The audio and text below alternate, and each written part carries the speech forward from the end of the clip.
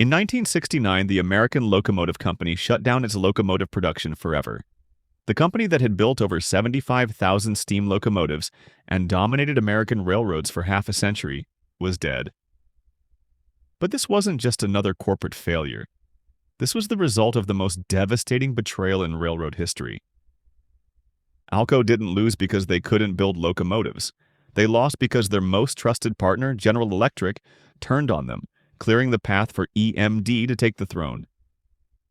This is the story of how corporate warfare destroyed a giant and changed American railroading forever. When the American Locomotive Company formed in 1901 through the merger of 8 smaller manufacturers, they inherited a century of locomotive building expertise. Schenectady Locomotive Works, Rogers Locomotive Works, and 6 other companies combined their knowledge to create an industrial powerhouse that would define American steam power. Alco's engineers didn't just build locomotives, they built legends. The New York Central's J3A Hudson could pull 20 passenger cars at 100 miles per hour while burning coal with surgical precision. The Union Pacific's Big Boy, weighing 1.2 million pounds and stretching 132 feet long, could haul 4,000-ton freight trains over the Rocky Mountains. The New York Central's Niagara S1B generated 6,290 horsepower and could sustain speeds of 80 miles per hour with heavy passenger consists. These machines were the height of steam-era engineering.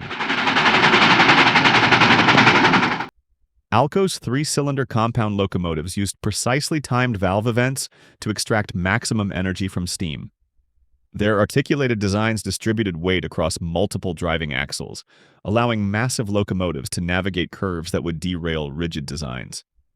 The company's Schenectady Works employed over 15,000 workers at its peak, with foundries capable of casting locomotive frames weighing 50 tons in a single pour. Alco's reputation for quality attracted international customers. They built locomotives for the Trans-Siberian Railway, exported steam engines to South America, and supplied the Canadian Pacific with some of the most powerful locomotives ever constructed. The company's export division generated millions in revenue, establishing Alco as a global brand synonymous with power and reliability. By the 1930s, Alco controlled nearly 40% of the American locomotive market. Their nearest competitor, Baldwin Locomotive Works, struggled to match Alco's engineering sophistication and manufacturing capacity. Lima Locomotive Works specialized in superpower steam designs but lacked Alco's broad product line and international reach.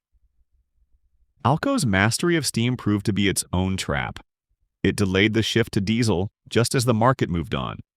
While other manufacturers experimented with internal combustion, Alco's engineers perfected steam superheating, developed sophisticated valve gear, and pushed thermal efficiency to theoretical limits. This timing proved disastrous.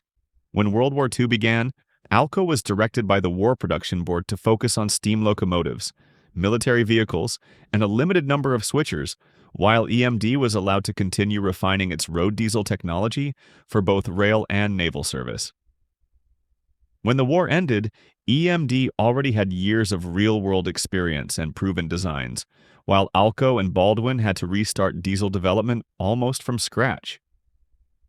The company's commitment to steam bordered on obsession. Alco's chief engineer, Walter McFarland, publicly dismissed diesel locomotives as a passing fad in 1940. He argued that steam locomotives would always be superior for heavy freight service because they could generate maximum power at 0 speed, something diesel-electric locomotives couldn't match. Even as diesel switchers began appearing in railroad yards during the 1930s, Alco remained committed to steam. They introduced the 4664 Challenger in 1936, a locomotive so powerful it could replace 2 smaller engines. In 1941, they delivered the Pennsylvania Railroad's T1 duplex, a streamlined monster capable of 140 miles per hour. The T1's unique design used 2 sets of driving wheels powered by a single firebox, creating a locomotive that looked like it belonged in the future. Alco was still building steam locomotives in 1948, years after the war had accelerated diesel-electric development and shifted the competitive landscape. The company delivered their final steam locomotive, an 080 switcher for the Newburgh and South Shore Railroad, in December 1948. By then, EMD had already delivered over 3,000 diesel units. Yet ironically, Alco had also pioneered one of the most influential diesel designs in railroad history. The RS-1, introduced in 1941, was the first locomotive to combine the capabilities of a yard switcher with a full-size road unit. It became the blueprint for nearly every hood unit diesel that followed, even influencing EMD's later GP series designs.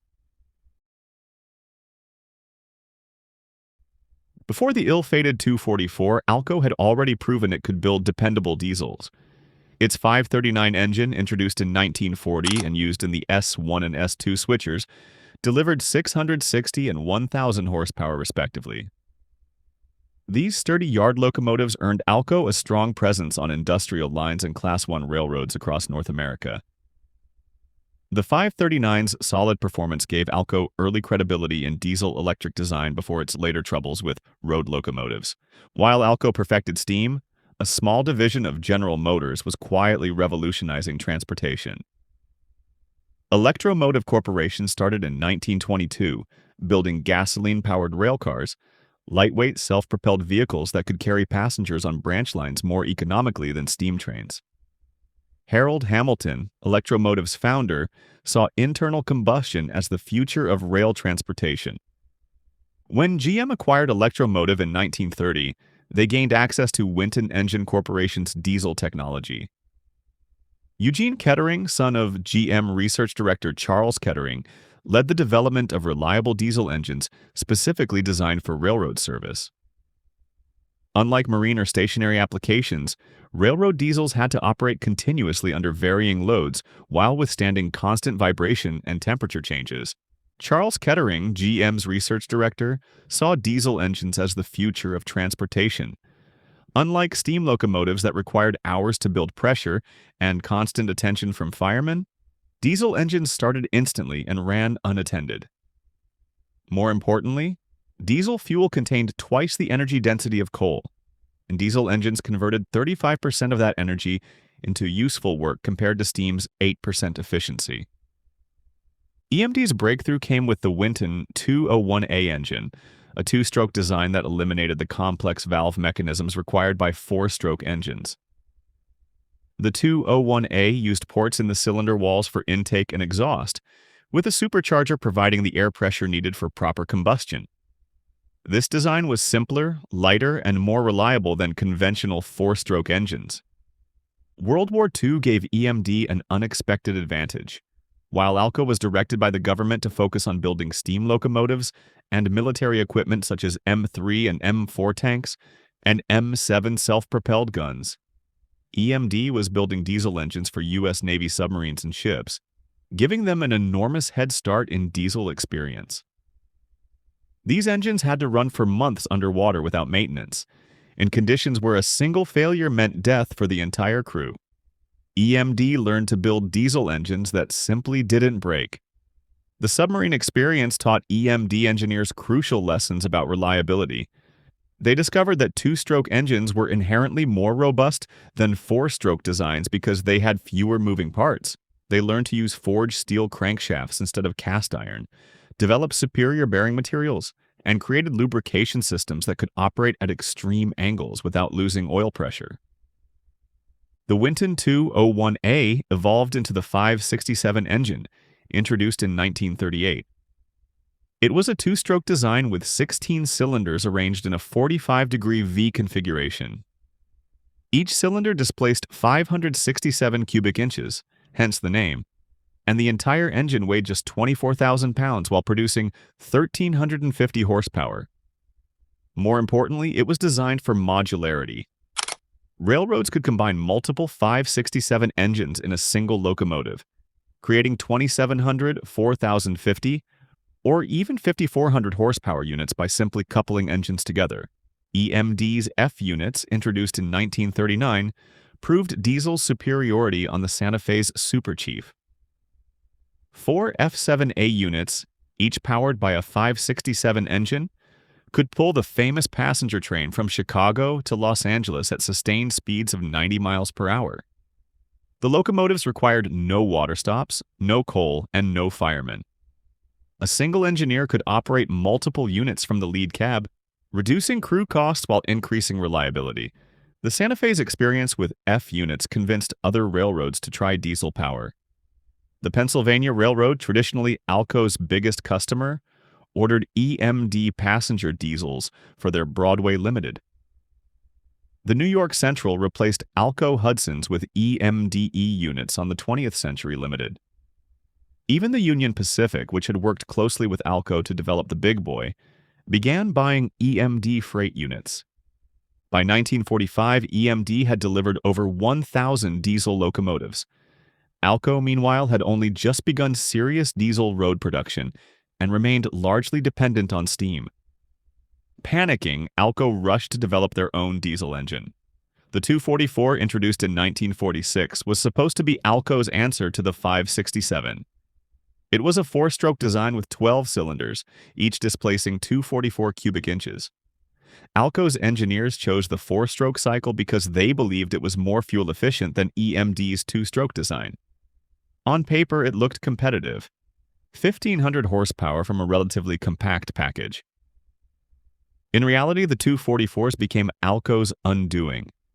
Its design suffered from a combination of rushed wartime development and poor mechanical balance. The turbocharger was prone to heat-related failure, and the high-pressure fuel pumps often leaked diesel into the crankcase, causing oil dilution and bearing damage. The engine's internal oil and coolant lines were routed through the block, which made small leaks catastrophic and repairs labor-intensive. Vibration and heat cycles frequently led to block cracking and failed seals. These problems, compounded by heavy maintenance needs, earned the 244 a reputation for unreliability among shop crews and railroad mechanical departments. The Pennsylvania Railroad, Alco's biggest customer, ordered 100 FA-1 freight units powered by the 244 engine in 1946. Within 2 years, half were out of service with cracked blocks, failed turbochargers, and destroyed main bearings. The railroad's mechanical department issued a scathing report. The 244 engine is fundamentally unsuited for railroad service and cannot be made reliable through modification. Other railroads had similar experiences. The New York Central's 244 powered units spent more time in repair shops than in service. Meanwhile, EMD's 567 powered thousands of F units and the revolutionary GP7 road switcher. The GP7, introduced in 1949, could work freight yards, pull local trains, and handle mainline service with equal competence. It was the Swiss Army knife of locomotives, and railroads bought them by the hundreds. The GP7's hood design provided excellent visibility in both directions, while its 1,500 horsepower was perfect for the mixed freight and passenger service that characterized American railroading in the 50s. Since the 20s, Alco had relied on General Electric for traction motors and electrical systems, a partnership that defined the diesel-electric era.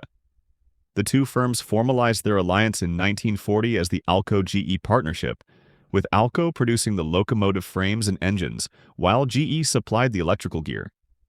Together, they created groundbreaking models such as the RS-1 road switcher and several early gas turbine locomotives. But after 1950, the relationship changed. GE's engineers had gained deep knowledge of locomotive design and railroad needs, and as diesel technology matured, GE sought a larger share of the profits. Dissatisfied with Alco's slow progress on its 244 engine, GE dissolved the partnership in 1953 and soon began developing its own locomotives. The move that ultimately turned Alco's greatest ally into its most formidable rival. The partnership had always been unequal. GE was a massive corporation with revenues exceeding $2 billion annually, while Alco was a specialized manufacturer with sales of less than $200 million. GE's electrical equipment division was just one part of a diversified industrial empire.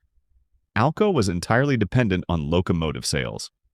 Around 1953, as GE prepared to enter the locomotive market themselves, their focus shifted, and Alco began to experience rising component costs and slower support.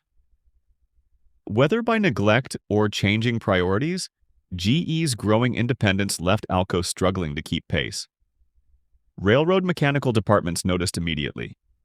EMD locomotives, which used their own electrical systems, ran for months without electrical failures. Alco units suffered from generator failures, traction motor problems, and control system malfunctions that left them dead on the main line. The Rock Island Railroad's mechanical superintendent wrote in 1955, "Our Alco units spend more time in the shop than on the road. The electrical failures are constant and unpredictable."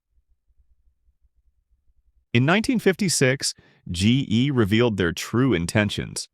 They announced the Universal Series, their own line of diesel locomotives that would compete directly with Alco and EMD. The U-25B, introduced in 1959, used a Cooper-Bessemer diesel engine and GE's most advanced electrical system.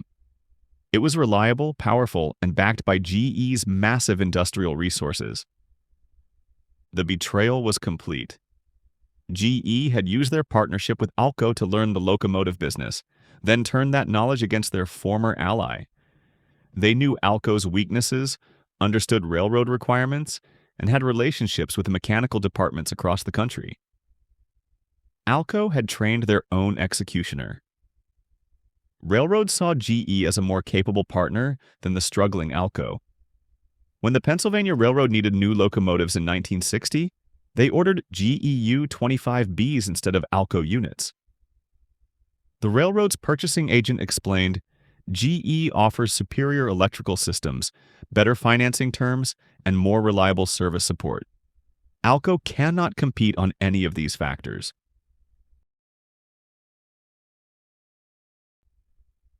Alco fought back with the 251 engine, introduced in 1956.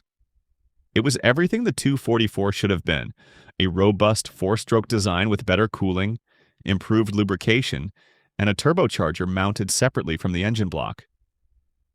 The 251 used wet cylinder liners that could be replaced without removing the entire engine, reducing maintenance costs and downtime.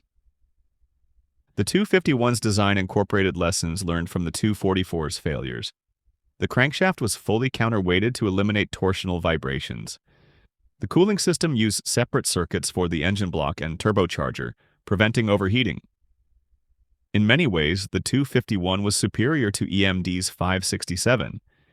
It produced more power per cylinder, ran smoother at all speeds, and consumed less fuel. But it was too late.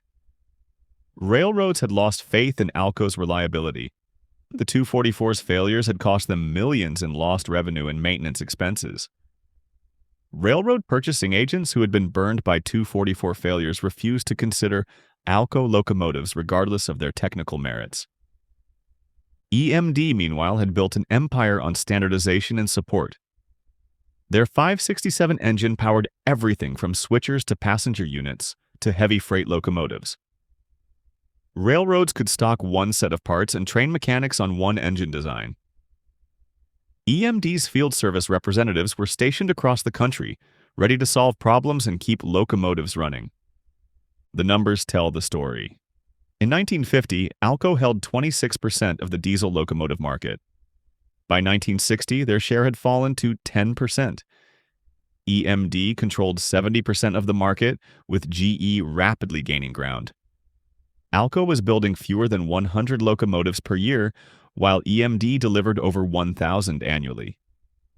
The final blow came in the 60s as railroads began ordering high-horsepower units for heavy freight service. EMD's 645 engine, introduced in 1965, could produce 3,600 horsepower in a single unit. GE's U-30C matched that power with superior reliability. Alco's 251-powered Century Series locomotives were competitive on paper, but couldn't overcome the company's reputation for poor service and limited support. Railroad executives made brutal calculations. An EMD or GE locomotive might cost more initially, but it would run more miles between failures and parts would be available when needed. Alco locomotives, no matter how well designed, represented an unacceptable risk to railroad operations. The Montreal Locomotive Works, Alco's Canadian subsidiary, continued building locomotives with 251 engines into the 80s. These units proved the 251's capabilities. They were reliable, powerful, and long-lasting. But by then, Alco's American operations were history.